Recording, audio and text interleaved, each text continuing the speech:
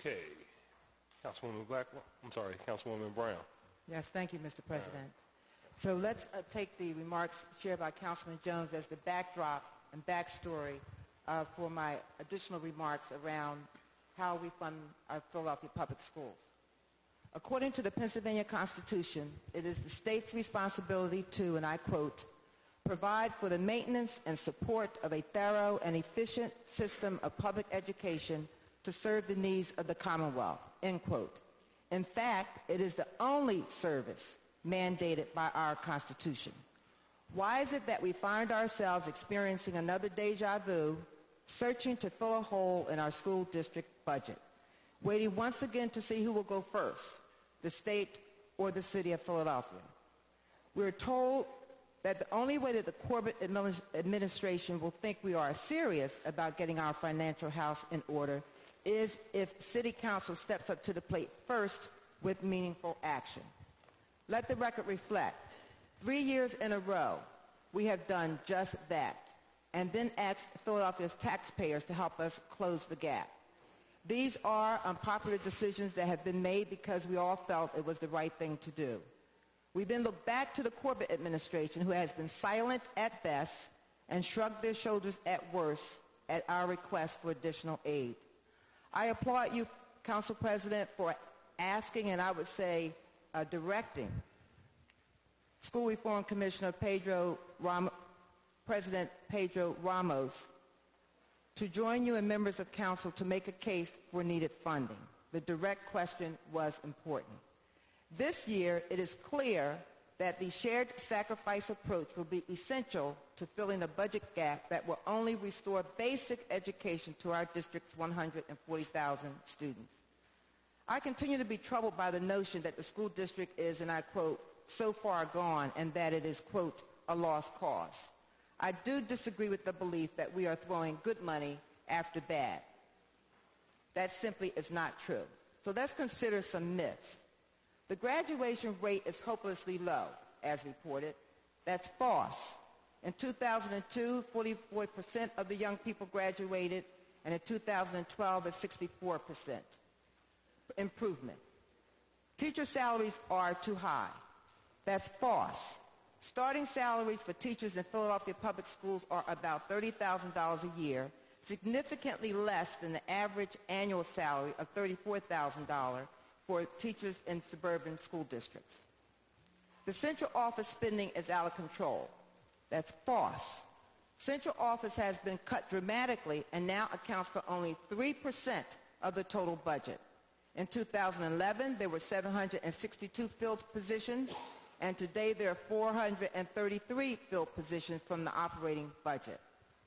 We hear that the school district of Philadelphia is the problem child in an otherwise excellent state.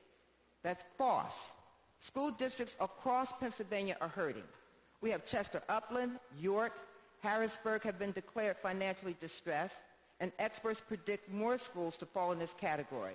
I had a meeting with Senator Vincent Hughes this week wherein he indicated Philadelphia is not alone. Philadelphia always looks to Harrisburg to bail us out. That's false. We have made tough choices and increased taxes in Philadelphia to fill holes in our budget for the past 3 years. Philadelphia is nothing more than a money pit that is consistently bailed out by the state and giving nothing in return. That's false. Philadelphia represents 12% of the state population, but accounts for 35% of the statewide gross domestic product. We are indeed Pennsylvania's economic engine. Our population is growing, tourism is growing, our GDP is growing. Our students deserve a growing commitment from the state government that says, yes, we will invest in their education.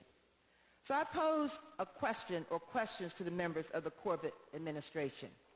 Who among you participated in a varsity sport? Who among you was a cheerleader? Who played an instrument in the band or the orchestra? Who sang in the high school chorus? Who paid a visit to the school nurse or the guidance counselor? Who checked out a book from the library? I challenge members of the Corbett administration to come to Philadelphia and do what all of us do in this council all the time. Spend the day in a classroom without books, without supplies, without proper staffing, without assistant principals or counselors or librarians.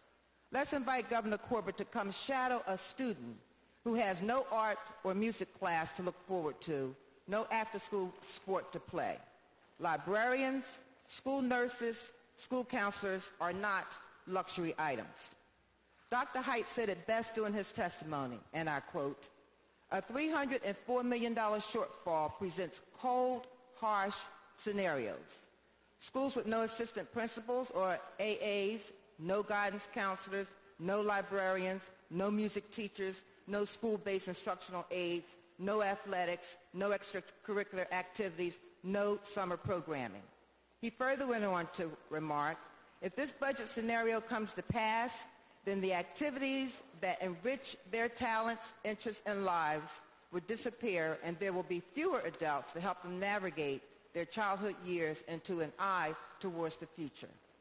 So, Mr. President, once again, City Council has to lead by example. Once again, under your able leadership, we may have to pull teeth to craft a resolution. Thank you for making it clear to Pedro Ramos that it will take our collective will to get anything done. Thank you for directing the President Ramos and helping us secure a meeting with the governor. So once Councilman Good's question is answered, and you'll remember during the public school testimony, Councilman Good raised a question to the administration, what does $60 million buy us? City Council will need to do our part to exhaust non-traditional funding sources.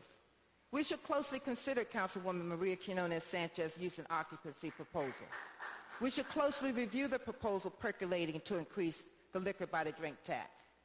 Further, the Nutter administration will need to do its part, such as closely re-examine the $18 million request in new spending, closely consider the Sanchez U&O proposal. The Corbett administration will need to do its part to find the $120 million.